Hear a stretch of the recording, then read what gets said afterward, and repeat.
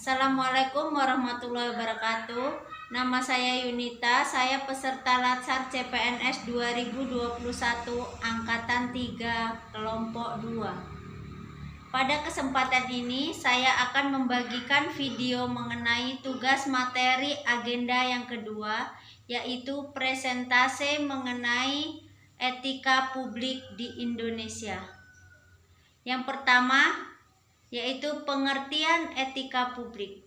Etika publik adalah refleksi tentang standar atau norma yang menentukan baik buruk, benar salah suatu perilaku, tindakan, dan keputusan yang mengarahkan kebijakan publik dalam menjalankan tanggung jawabnya sebagai pelayan publik. Lalu ada 3 fokus etika publik. Yang pertama yaitu pelayanan publik yang berkualitas dan relevan. Yang kedua, fokus refleksi. Dan yang ketiga yaitu modalitas. Mengapa etika publik itu penting? Tentu saja etika publik itu sangat penting. Karena dalam konteks ini kita membutuhkan etika publik untuk merefleksikan layanan publik dan integritas publik. Yang selanjutnya yaitu etika publik di Indonesia.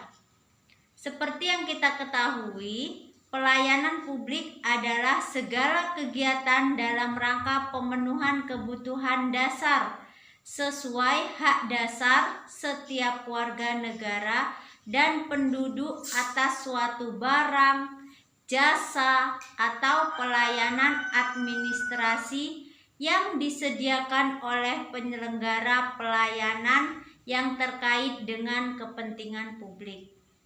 Seperti yang telah dijelaskan oleh Hyato tahun 2002, praktek penyelenggaraan pelayanan publik di Indonesia saat ini masih penuh dengan ketidakpastian biaya, waktu, dan prosedur pelayanan.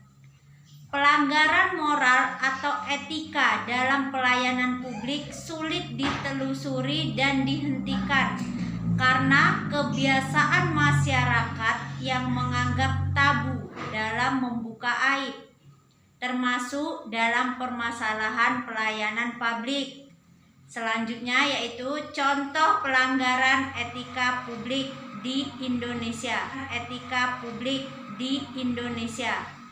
Nah, di sini saya mengambil beberapa contoh, yaitu yang pertama persediaan ATK. Misalnya di suatu lembaga atau instansi itu para karyawannya mengambil persediaan ATK di kantor tempat bekerja untuk dipergunakan keperluan anaknya di rumah. Nah, ini sering sekali terjadi di antara banyak karyawan di Indonesia karena mereka sering mengerjakan tugas-tugas kantor di rumah. Jadi mereka membawa persediaan ATK kantor ke rumah mereka masing-masing. Nah, apalagi di masa pandemi sekarang ini, banyak pekerjaan kantor yang harus dikerjakan dari rumah. Nah, yang kedua yaitu mengalihkan tanggung jawab piket yang telah disepakati kepada orang lain. Nah, hal ini sering terjadi karena dari mereka itu beralasan bahwa kepentingan keluarga itu lebih mementingkan kepentingan personal dibandingkan dengan kepentingan publik. Nah, yang ketiga yaitu menampang saat mengikuti rapat. Nah, sikap ini tentunya tidak mencerminkan etika publik. Kemudian, yang keempat, bersikap tidak santun dalam melayani masyarakat kalangan bawah. Nah, dalam etika publik tentu saja kita tidak boleh membeda-bedakan kalangan.